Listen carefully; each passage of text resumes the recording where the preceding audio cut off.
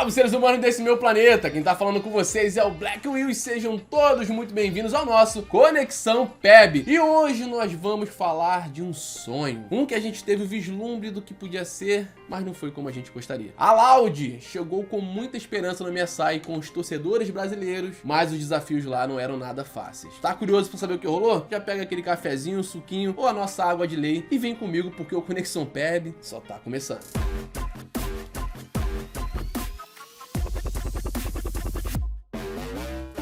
O primeiro confronto da Loud foi contra ninguém menos que a G2, e os alemães não vieram pra brincadeira. A gente começou bem a primeira partida. A Loud até abriu uma vantagem de 5 mil de ouro em cima da G2. Opa, tá lá atrás segurando todo mundo, ganhou um pouquinho de tempo, mas dois jogadores da Loud são eliminados, Root. Tava tudo indo bem até um confronto no meio da partida, onde os brasileiros tiveram a chance de destruir o inibidor do adversário. Mas a G2 não abaixou a cabeça e virou o jogo. Não estão mais em combate, vai cair T3, vai cair o inibidor, a G2. Foi por pouco, mas a Loud estreou com derrota no MSI. Mas tudo bem, era só a primeira partida, dava pra virar, né? E a gente acreditou até o fim. Infelizmente, nessa segunda partida, a Loud foi amassada. A G2 entrou com tudo, venceu vários combates e em 10 minutos de partida já tinha 7-1 no placar de abates. Esse é um número que não dá pra esquecer, né? Ainda mais vindo de alemães contra os brasileiros. Essa vantagem toda fez com que os alemães destruíssem o nexo brasileiro com 20 minutos de jogo. O total de abates ficou 19-4 e a Loud teria um caminho ainda mais longo se quisesse manter vivo no MSI.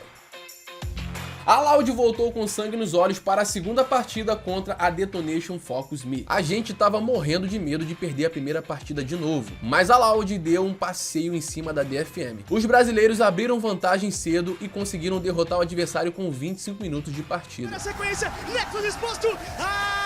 Na segunda partida, a DFM não quis facilitar a vida dos brasileiros. Eles começaram muito bem e abriram vantagem no começo. Mas uma jogada no bot mudou a situação e fez a Loud dar a volta por cima, vencendo por 2-0. E com isso, a nossa Loud estava viva. A gente só precisava manter esse ritmo até o final da etapa e alcançar uma marca histórica no LoL brasileiro. Mas não deu. A PSG chegou com tudo e já abriu uma boa vantagem nos primeiros minutos de jogo.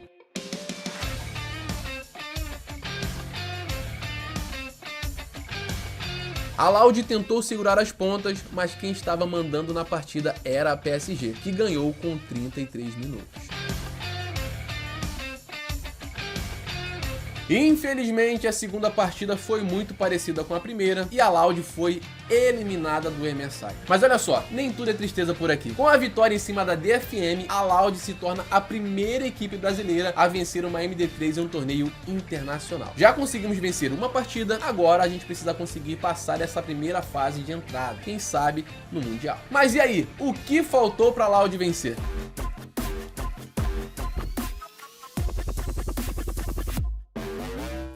Para entendermos um pouco melhor, vamos falar com ela, que é autoridade no assunto e também membro do Super Júri do Prêmio Esportes Brasil, a grande Lágolas. Seja muito bem-vinda. E aí, Black Will, e aí, galera que tá acompanhando o PEB. Bom, pra quem não me conhece, sou a Lágolas, eu sou caster do CBLOL, CBLOL Academy. Tô aí durante as transmissões do MSI também fazendo esse campeonato internacional. E bom, o que faltou, acho que faltou bastante coisa ainda. Acho que o nosso time tinha muito potencial pra gente realmente avançar um pouquinho mais, nem que fosse vencer mais uma MD3 e cair ali no LCQ, mas eu acho que basicamente o que faltou foi um pouco mais de calma, sentir os jogadores um pouco cansados psicologicamente, parece que um pouco exaustos nesse sentido. Acho que na nossa última série o draft também deixou a desejar, um pouco de performance, especialmente do topside da composição da Loud. A gente passou por altos e baixos ali, tivemos momentos de tristeza, momentos felizes, inclusive aquele confronto contra a DFM. E a pergunta nesse tema é, você acredita que a vitória em cima da DFM deu um gás a mais para os brasileiros agora quando forem jogar o MSI? Acredito que sim, a DFM, todo mundo tava falando que esse time da Loud era bem mais forte que a DFM, a gente mostrou isso no Rift, mas é uma equipe que do nosso último campeonato internacional eliminou a Loud, né, que tinha ali uma peça só diferente para essa composição de agora, né, para essa line de agora. Então, era uma equipe, sim, pra gente ficar ligados. Eles também mudaram, né, o top laner deles. Acho que isso também acabou fazendo muita diferença, porque o top laner anterior, o Wave, era um cara muito experiente e muito bom também nesses torneios internacionais. Foi substituído pelo Tol2, que é um garoto, aí, um jovem de 19 anos, que estava no seu primeiro campeonato internacional. Então, deu pra perceber muito nervosismo da parte dele, em algumas plays um pouco afobadas, às vezes a mecânica não tão apurada. Mas, apesar do nosso time ser melhor do que a DFM, eu acho que é uma vitória que tem qualidade, porque a DFM não é um time fraco. Acompanhar esse processo de perto, para vocês que estão há muito tempo aí, deve ter muito mais detalhes. Esse agora eu consegui acompanhar um pouco mais, vendo a trajetória desde o CBLOL, e a gente viu um crescimento dos meninos em alguns momentos, parecendo estar um pouco tranquilos demais. Lá também o próprio robô parecia que estava sempre muito tranquilo, e nesse confronto contra a DFM eles conseguiram fazer escolhas boas, conseguiram jogar. Não dá para entender se foi um 2-0, se dá somente a evolução da Loud, ou talvez a DFM tenha subestimado um pouco, porque no jogo, quando veio contra o PSG, a coisa foi bem diferente, os caras pareciam estar muito mais preparados, né? Eu acho que o PSG estudou muito bem a Loud. Acho que em questão de draft eles saíram melhores. Eles estavam com drafts mais confortáveis, que eles já estavam acostumados. Eu confesso que eu até fiquei um pouco surpresa pela Loud deixar passar algumas coisas, como foi o caso de Kindred e Galio, que foi exatamente a mesma composição que eles usaram na final lá da PCS. E foi uma composição muito forte, em que eles sabem jogar muito bem, que deu tudo certo. E do mesmo jeito que eles jogaram lá na final da liga deles, eles jogaram contra a gente. Então fazendo as movimentações, com o Galio indo pro bot, fazendo os dives. Então eles estavam muito ativos pelo mapa inteiro. E a gente sabia que eles iriam jogar assim com aquela composição. Ainda assim, a gente deixou passar, banimos os Kindred no primeiro jogo, mas no segundo acabamos deixando passar e eles fizeram a composição dos sonhos dele. E por outro lado, eu senti que a Loud quis inventar um pouco. Acho que a ideia não foi de todo ruim, mas eu acho que o que pesou principalmente foi a questão da execução. Foi isso que deixou a desejar. Então, especialmente naquele jogo que o robô tava de Ryze, é um campeão imóvel para você jogar, para você tentar escalar. Não é um campeão que vai sair da lane, que vai ter tanta facilidade assim de dar os roams, que é algo que o robô gosta de fazer bastante, né? Fazer essas movimentações pelo mapa. E aí você coloca um campeão imóvel lá, o Croc perdeu o flash de uma forma um pouco precipitada, acho que ele nem devia ter utilizado aquele feitiço.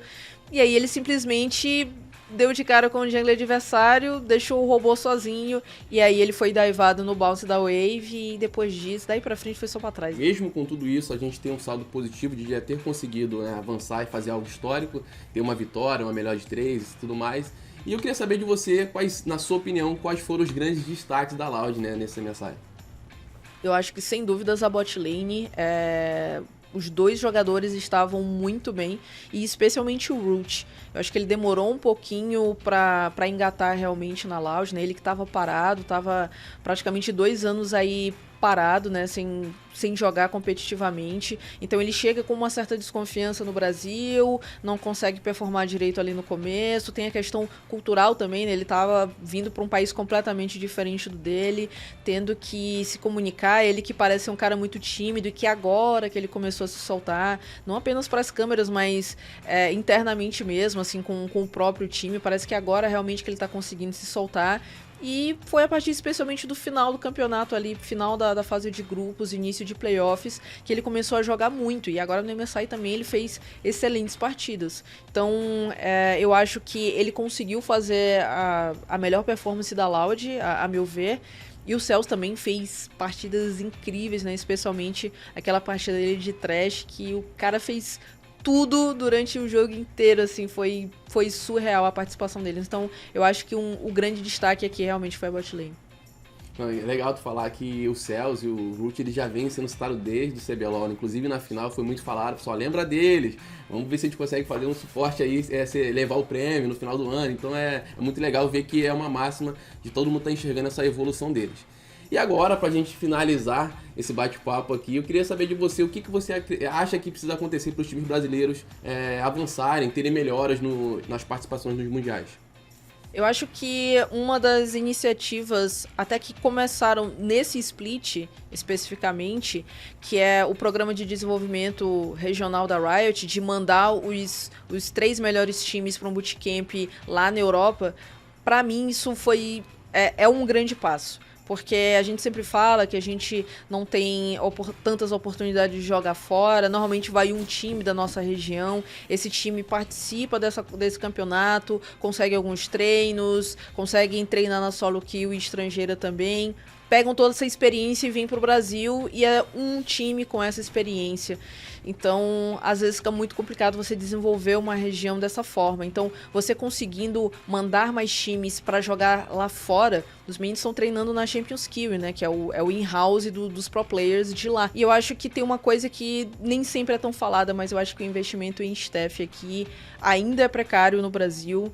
E eu acredito que as organizações precisariam olhar com um pouco mais de carinho para isso. Então, normalmente, você não pode pensar numa organização para o coach e o assistente terem que serem analistas, enfim, fazer VOD review todo mundo e ainda gerenciar aquelas pessoas, né? Então, se você tem uma staff maior para fazer isso, se você tem um corpo ali de profissionais da área, por exemplo, de análise de dados, um cara que é data analyst, outro cara que ele vai fazer esse link com os jogos, ele vai fazer essa análise de dados e sentar com o time e verificar algumas coisas e estudo dessas minúcias, sabe? Algumas coisas que realmente, quando a gente olha para as regiões major, todos eles têm staff gigantes. A galera de dados são pelo menos 3, 4 pessoas às vezes, só nessa parte de análise, tentando descobrir quais são as coisas mais fortes do meta, o que dá certo, o que não dá certo, como se preparar o melhor possível contra um determinado time.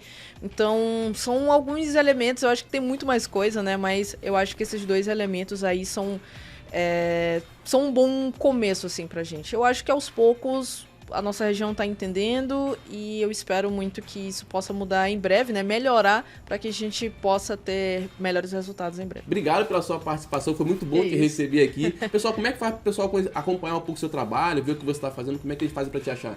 Bom, inicialmente quero agradecer o convite, é sempre muito bom poder falar de LoL, poder falar, enfim, de regiões brasileiras, falar de MSI, que é um campeonato que eu gosto bastante de fazer para observar esses times incríveis que estão jogando lá. Então, muito obrigada pela oportunidade de trocar uma ideia aqui contigo, Will.